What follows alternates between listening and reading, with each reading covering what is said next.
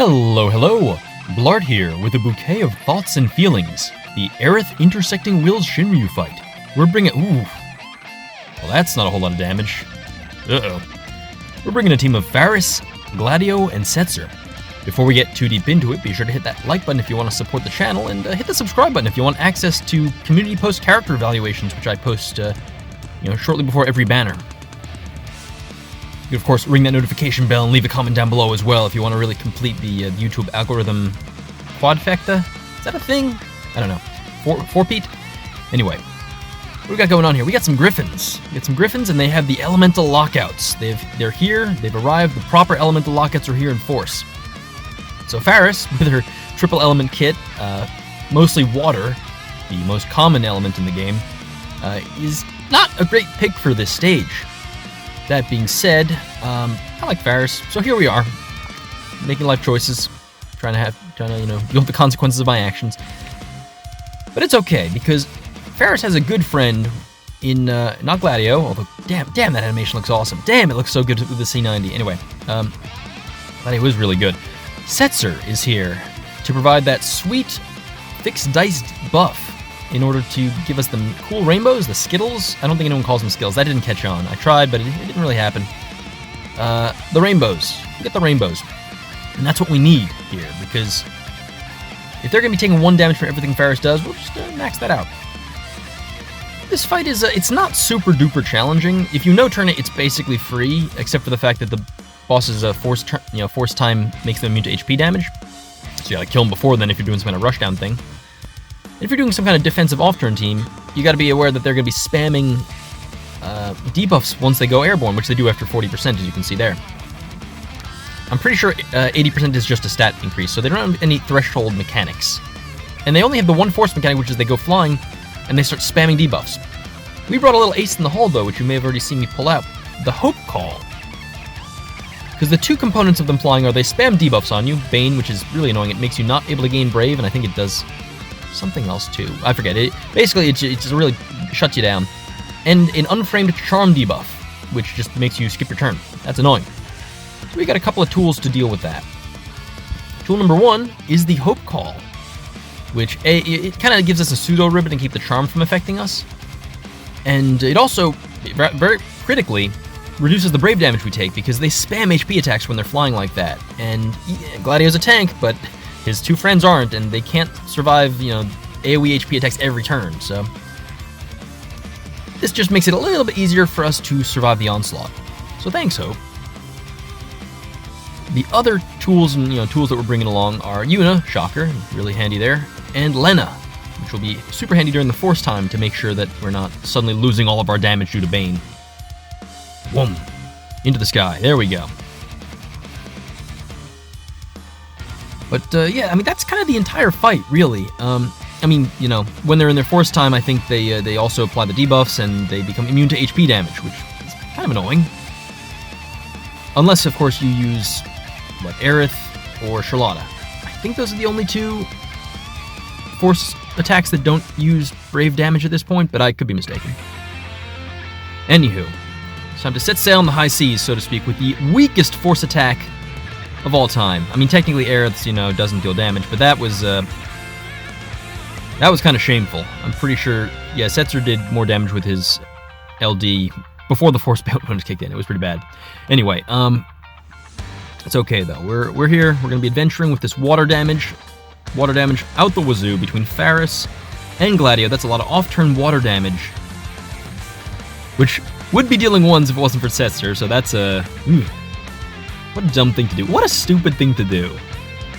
I'm glad it works, don't get me wrong. It's I love in this game making things work when they shouldn't. So thank you, Setzer, for letting us get away with stupid tomfoolery like this. But it's okay, we're enjoying ourselves in the meantime. You'll see there, they do apply 2-frame buffs to themselves. It looks like it's an attack and a speed boost. We want that speed boost. We could have gave them 8 debuffs, which would have been great for Faris' bonus. But we actually want them to have the speed buff so that they take more off-turn damage. A, that increases the multiplier, and B, it just means more free damage. You could make the argument that maybe having 8 debuffs would have been better because of our on-turn, but I don't think that's the case. So, yeah, we're just gonna have to agree to disagree if you believe that. Into this guy, there we go. Luckily, Gladio refunds like crazy, so it doesn't matter that he mostly deals ones. He just needs a few of those to be rainbow numbers for him to deal max damage. And Faris is not really here to be dealing, like, damage. I mean, the off-turn, the Whirlpool's good. Like, check this out. Whirlpool. Boom. You know, there's actually something kind of annoying I want to point out I'm noticing here. Gladio is countering before Faris, even though Faris just got her EX reapplied. So, like, what I'm saying is Faris' trap always goes off after a counterattack goes off. So the Vanille Sphere that I previously touted is like, oh, this is a handy little way to kind of get around how slow she is for dispelling.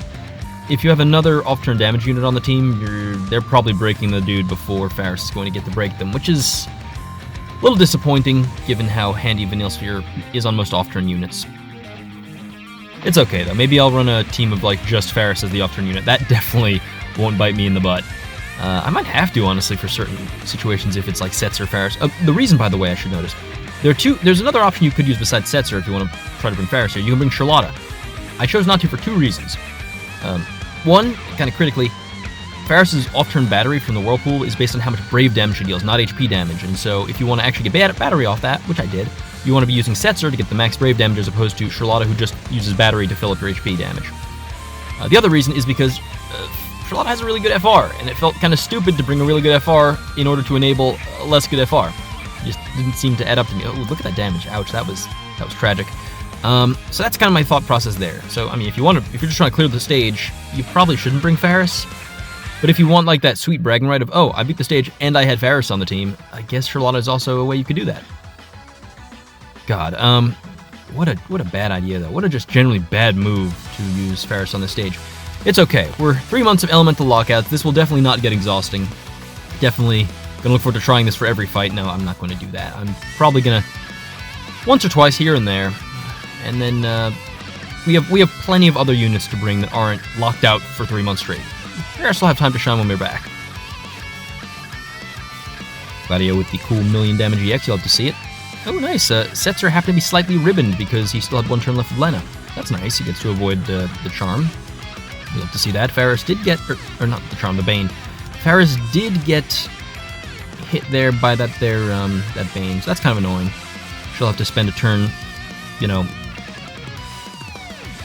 what's the word? Just doing nothing, basically. But it's okay, because, like, they're in force time, so they're taking no HP damage anyway. No skin off my nose. Using a Brave attack with Setzer, because why not?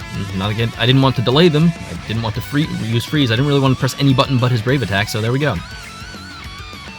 Oh god, 0 HP damage. You'll have to see it. It's okay though. Alright, we're just doing a quick calculation here, trying to figure out if we want to use Yuna, and the answer is no, we don't want to use Yuna yet, because we're still dealing 0 HP damage, so we'll wait until after they come out of their force in order to use Yuna.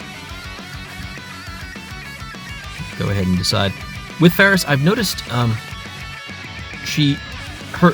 Way of the Pirate skill 1 buff has a habit of just kind of falling off if you're not careful.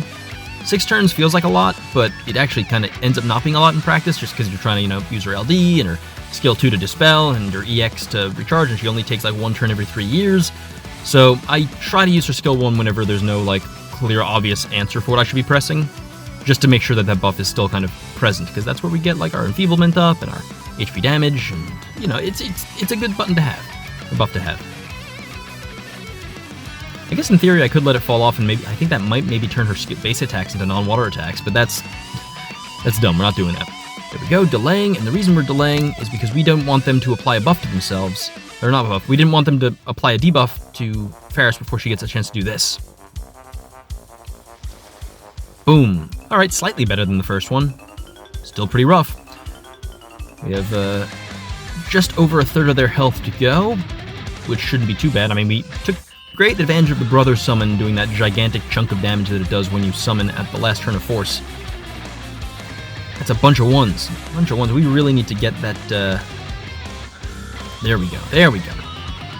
We're also, thankfully, no longer worried about them killing us with all those AoE HP attacks, because they don't do them when their force gauge is low, so you can just kind of wait it out, survive it, and now I don't need to worry about freezing them with Setzer, because they're not going to kill us. They do have a single target HP attack they do in this stance, but we have Gladio, so, like, whatever. So, there it is. 0 damage. How do you like it, dealing 0 damage, punk? Stupid feathered idiot. Making me deal 0 HP damage earlier. Now it's your turn. Take that. 1 damage. Man, lockouts. Am I right?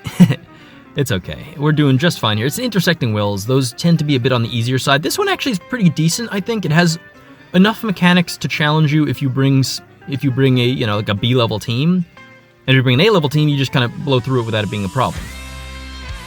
I think that's for permanent content, specifically Lost Chapter Intersecting Will, I think that's kind of a nice level to be at, you know? I know, that's just me. But we've just about closed things out here. Nice little launchy launch there.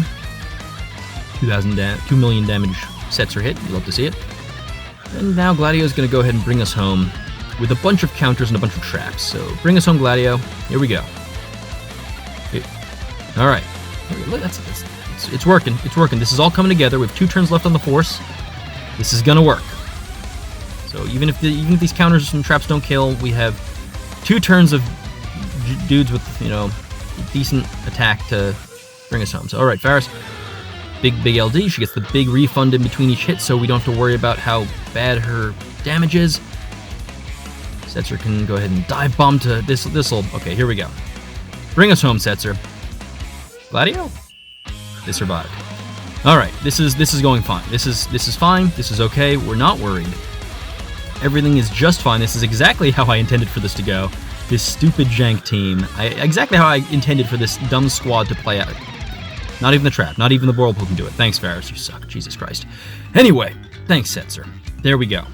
Aerith Intersecting Will's done with. Brought Faris to it, because why the hell not? But yeah, I hope you enjoyed. Thank you for watching, and I will see you in the next video. Adios.